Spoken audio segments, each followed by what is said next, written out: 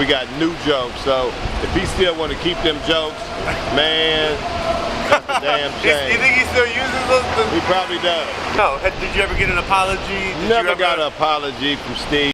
We got new jokes. So if he still want to keep them jokes, man, that's a damn shame you think he still uses those. He probably does know. Did you ever get an apology? Did you never got an apology from Steve? He never said anything. My thing is, I wrote new jokes in a shocking turn of events. A fan managed to snag an impromptu interview with the legendary comedian Mark Curry, and the revelations he dropped about Steve Harvey are nothing short of explosive. As Curry casually strolled to the airport, he crossed paths with an eager fan armed with a smartphone and an insatiable curiosity about the ongoing feud between Katt Williams and Steve Harvey. Little did anyone know that this chance encounter would unearth some of the juiciest gossip to rock the comedy world, man. But we moved on. We got new jokes. I got new jokes. That's what I do. I write everyday baby. Curry, known for his wit and candor, didn't hold back. He unleashed a verbal barrage against Harvey, accusing him of being a two-faced, sneaky liar who has built his career on the backs of others. Jokes particularly targeting Curry's own material. In a candid interview, Curry spared no mercy, labeling Harvey as pathetic and unable to concoct original comedic content without resorting to theft. Oh God, this hopes this informal chat at the airport served as a prelude to Curry's collaboration with Katt Williams in their mission to expose Harvey's alleged misdeeds. Their accusations against Harvey paint a picture of a comedian who lacks originality and resorts to underhanded tactics to maintain his status in the industry. Building on Curry's explosive claims, Katt Williams took center stage, reigniting a decade-long feud with Harvey on the Club Shay Shay podcast.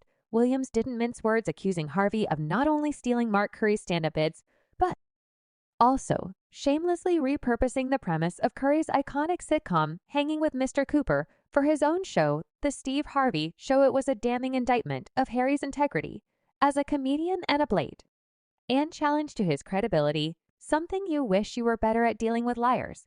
But this wasn't just about jokes and sitcoms. It was a battle for justice and accountability in an industry plagued by cutthroat competition and creative theft. Williams' scathing remarks echoed Curry's sentiments, painting Harvey as a talentless imposter who lacked the originality and creativity to succeed on his own merits. The feud between Curry and Harvey has a long and contentious history dating back to all allegations of joke stealing and personal vendettas. Curry's frustration reached a boiling point during an appearance on Fox Soul's The Mike B. Donnie Show in 2019, where he accused Harvey of shamelessly pilfering his material for the NBC talk show Steve when he was on the talk show he had, and he'd all my Halloween.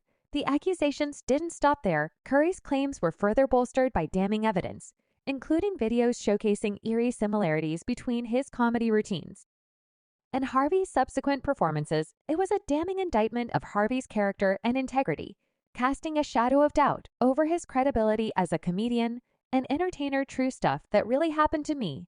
And so my thing is, you didn't have to do that, homeboy, so you know you made enough money, ass. But Curry wasn't backing down, and neither was Williams. Their united front against Harvey signaled a seismic shift in the comedy landscape, with allegations of joke stealing and deception aiming to tarnish Harvey's reputation and legacy. As the controversy rages on, fans and industry insiders are left grappling with the implications of Curry and Williams' accusations.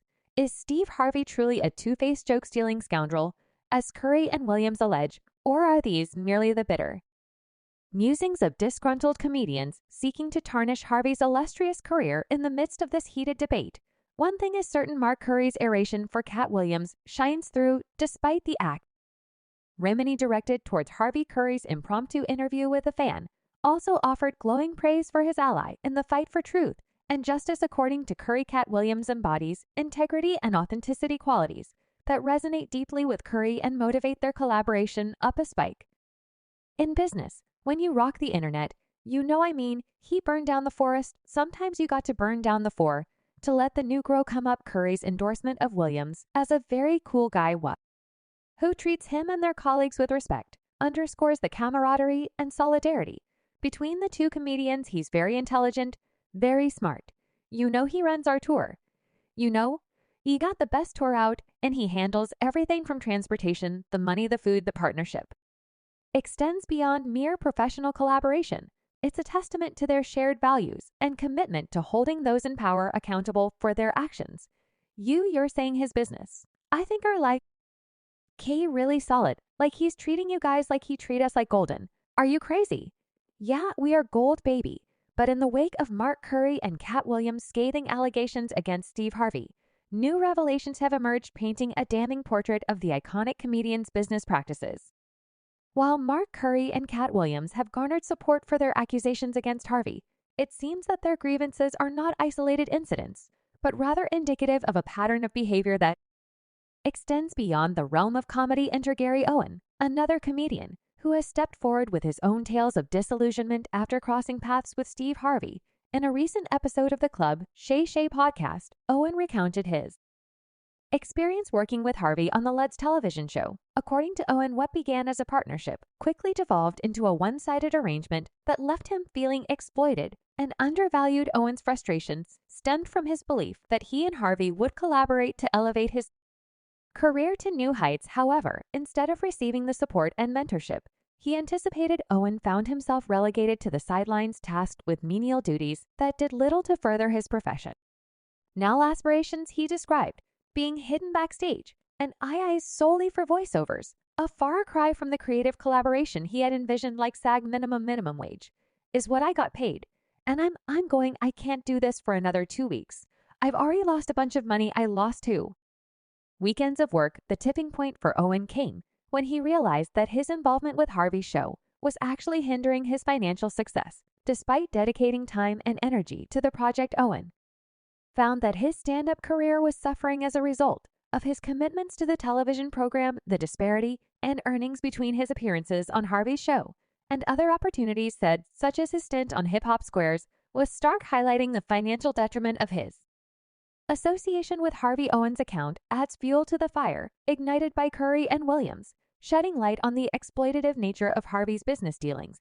While Harvey may present himself as a benevolent team mentor and industry titan, the reality as depicted by Owen suggests a darker underbelly characterized by manipulation and self-interest. Moreover, Harvey's treatment of his staff further underscores this narrative of egocentrism and disregard for others. A leaked memo from Harvey to his talk show staff reveals a troubling directive instructing employees not to approach him without invitation and to refrain from waiting in hallways to speak with him. This dictum, framed as a necessity for Harvey's personal life and enjoyment, paints a picture of a man consumed by his own desires and oblivious to the needs of those around him. The memo, which surfaced on Robert Vedder's Chicago media blog, offers a glimpse into the inner workings of Harvey's operation and the power dynamics that play behind the scenes. It suggests a workplace environment characterized by fear and intimidation, where staff members are led to adhere to strict protocols to avoid incurring Harvey's wrath. Harvey's behavior, evidenced by the leaked memo, stands in stark contrast to the camaraderie and mutual respect espoused by Curry and Williams.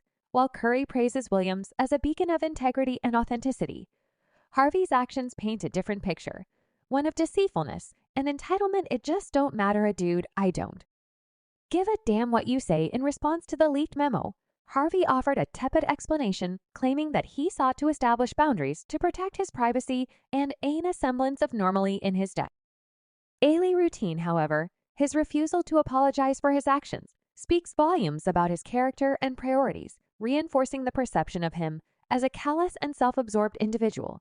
As the saga between Steve Harvey, Mark Curry, and Katt Williams continues to unfold, Harvey himself has finally broken his silence on the matter. In a cryptic but pointed response posted on Twitter, Harvey appeared to brush off the allegations and criticism directed at him with a mix of defiance and spiritual rhetoric.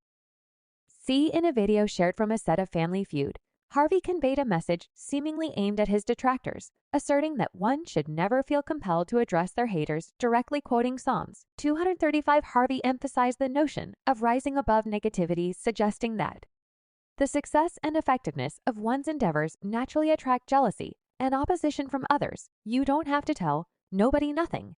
All you got to do is be it. You don't have to open your mouth, Harvey declared his tie, one tinged with a blend of confidence and resignation. He continued by attributing the existence of haters to one's efficacy in their pursuits, framing criticism as a test of faith and result. There are some people who know how to lie so well They know how to hasp.